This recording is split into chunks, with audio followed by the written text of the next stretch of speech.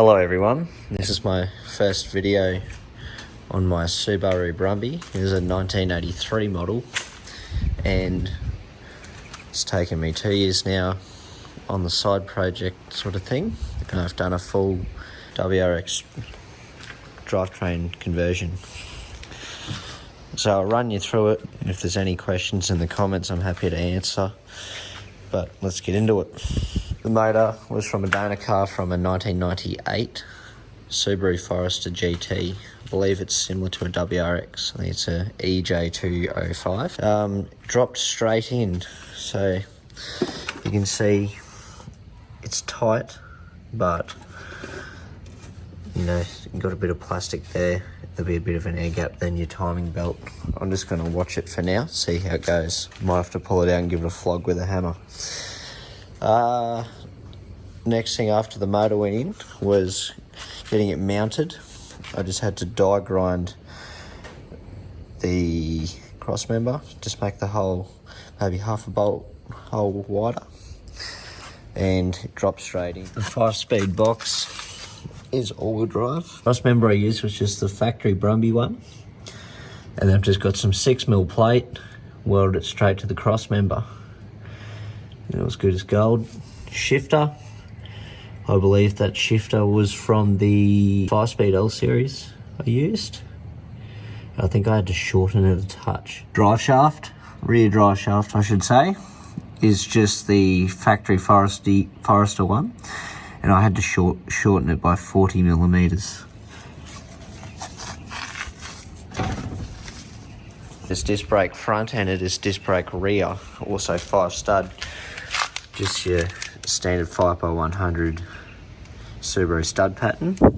So at the front here, control arms are just Brumby control arms. Changed the taper, but I've just cut that out and welded in just where the ball joint taper. Just welded that into the factory Brumby lower control arm. Drive shafts. The shaft itself is from a 2-wheel drive Leone, inner and outer.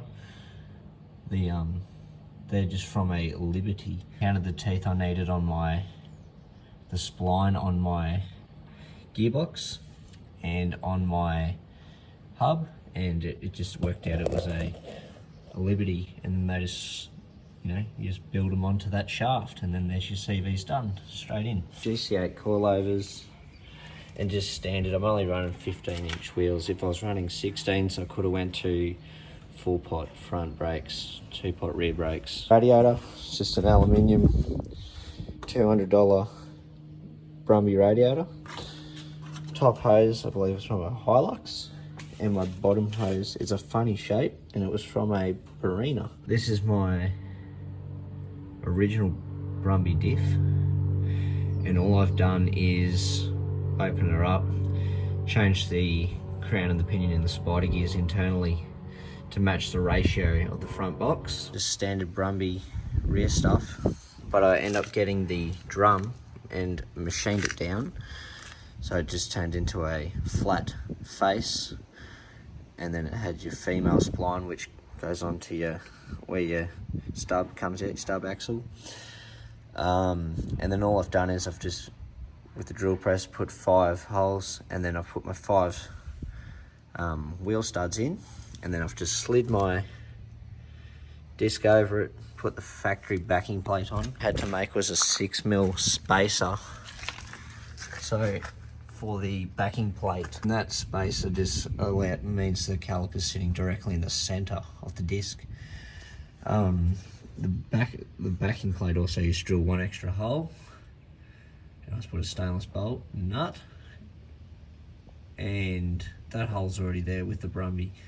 It has a 3-bolt backing plate originally. Fuel system, I've just got a surge tank. I replaced the lift pump with this facet one.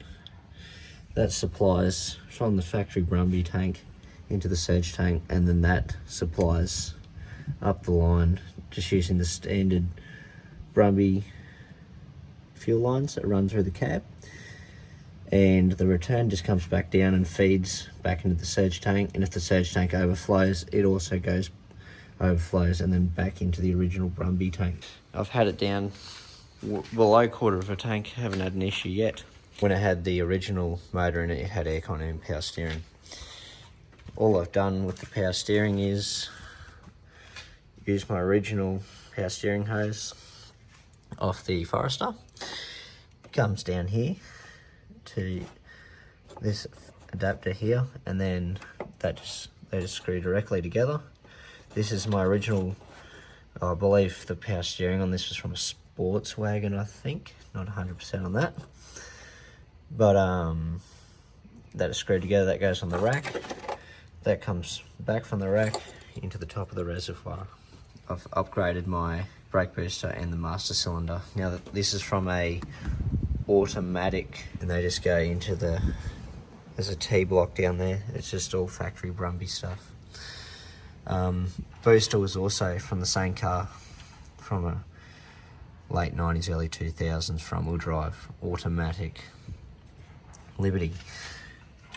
Now, I've got a hydraulic clutch in it. This is just from my Forester.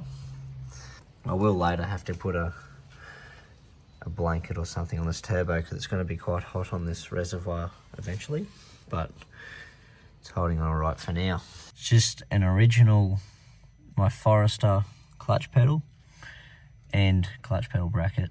It'll just, I think I had to add an extra hole in the firewall, but it all just bolts in and it all just works, feels factory. Accelerator cable, that's just from the Forester. Also, to fit the motor in, I've had to cut the front off the spare tyre wheel, and then I've had to cut, there's a spring on that clutch pedal and it sticks up a bit high, so I had to cut a hole in the top here for the spring, and I've just welded the original, that's where your spare tyre actually gets tightened down. I just welded over the top. Exhaust, well, exhaust is just a full 3-inch from the back of the turbo. It's got a high flow cat and a hooker exhaust. It's all got done at the local exhaust place. Got a flex joint, and the whole thing is with V-bands, no flanges, and it looks all right. Flipped up here where it goes onto your radius arms, and it's just flipped upside down, so your exhaust sits on that. It goes through there now. Instead of this coming up towards the floor of the car, it's now facing the road. Seats are from a Liberty, I think, as well. Liberty wagon, and they're just on the welded to the original Brumby seat rails. So the slider and all that's from the Brumby seat, just weld straight on top.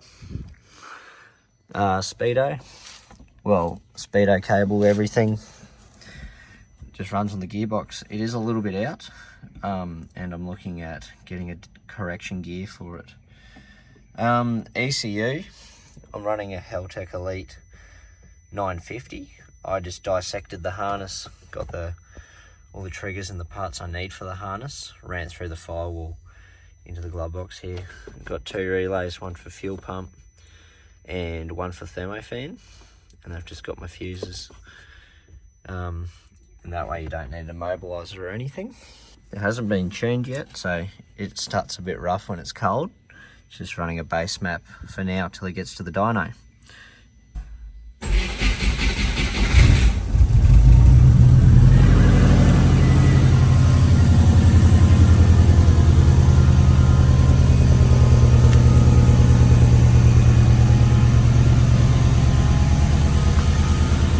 It's not too loud. It's actually quite nice to drive, not too drony.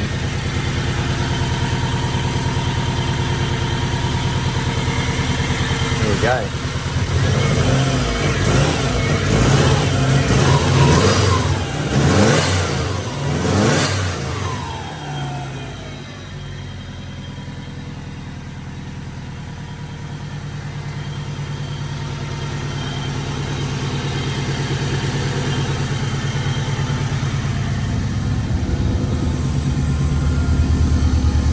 Very good.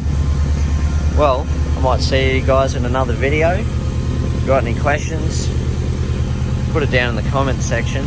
Yeah, everyone's got a different way of doing it, and this is the way that I've done it. and works alright.